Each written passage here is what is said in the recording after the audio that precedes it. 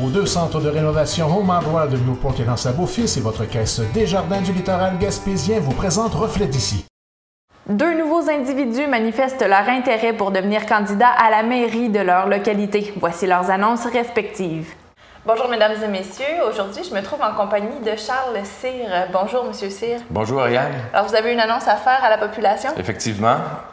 Bonjour tout le monde, chers citoyens et chères citoyennes de Grande-Rivière. Je vous annonce aujourd'hui mon intention de me présenter aux prochaines élections le 5 novembre prochain à la mairie de Grande-Rivière. Donc, qu'est-ce qui vous motive à vous présenter pour ce poste-là?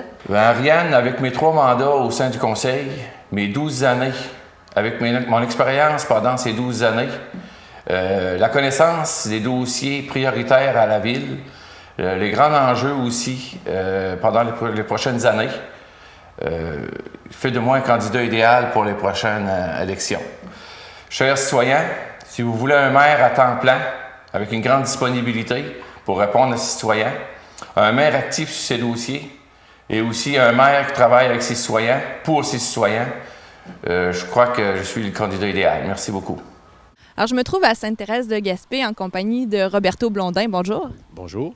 Alors, vous avez une annonce à faire aux citoyens de la municipalité? Oui, tout simplement, je veux dire aux citoyens de Sainte-Thérèse-de-Gaspé que je me porte à la candidature de la mairie de Sainte-Thérèse. Très bien. Donc, qu'est-ce qui vous porte à faire ce choix-là? Bien, tout simplement, la ville. La ville de Sainte-Thérèse, c'est une petite municipalité avec 1040 habitants, mais avec tout ce qu'on a, si on parle de loisirs, là, on a un super beau centre de ski qui est le chalet du Pont-Rouge, qui est reconnu à travers la Gaspésie. Puis on a aussi notre patinoire où ce que Régis a fait des miracles, qui est une super belle patinoire. On a un terrain de baseball, on a un terrain de tennis, on a un mini-golf. On a une super belle école à Sainte-Thérèse qui a tout été rénovée, où ce que le monde sont pris en main, qui ont demandé à la commission scolaire de remettre des services et puis de rénover cette école. Puis la commission scolaire a écouté les doléances de la population de Sainte-Thérèse, puis ils l'ont fait. Puis si on regarde juste au niveau économique, là, ce port de pêche-là était le deuxième plus grand port de pêche en débarquement l'année passée. Mais cette année, c'est le premier.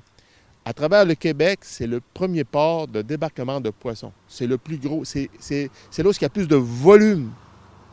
À Sainte-Thérèse, là, tu viens de Sherbrooke, de Montréal ou de Québec, tu débarques avec des bottes puis tu travailles. Parce que les 2 usines qui est Gagnon et Fils, et puis le Lièvre et le Mognon, engagent à l'heure 2 770 personnes dans la MRC. C'est un des plus gros employeurs, c'est le plus gros employeur de la MRC.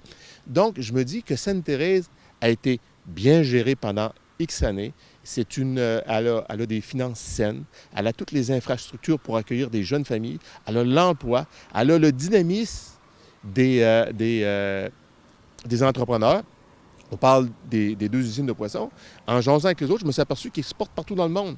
On est une petite municipalité de 1040 habitants qui exportons nos produits en Chine, au Japon, en Corée du Sud, quasiment en toute l'Asie, puis en plus l'Europe. On est partout.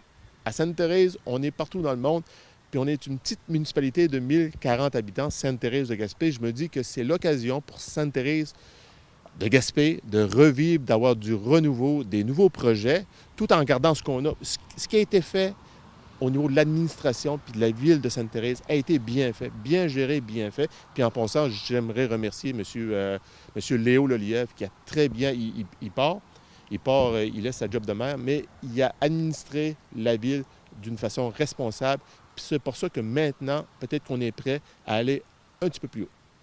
Bien donc, Roberto Blondin, merci beaucoup. Bien, c'est moi qui vous remercie, puis j'incite le monde à aller voter le 5 novembre 2017.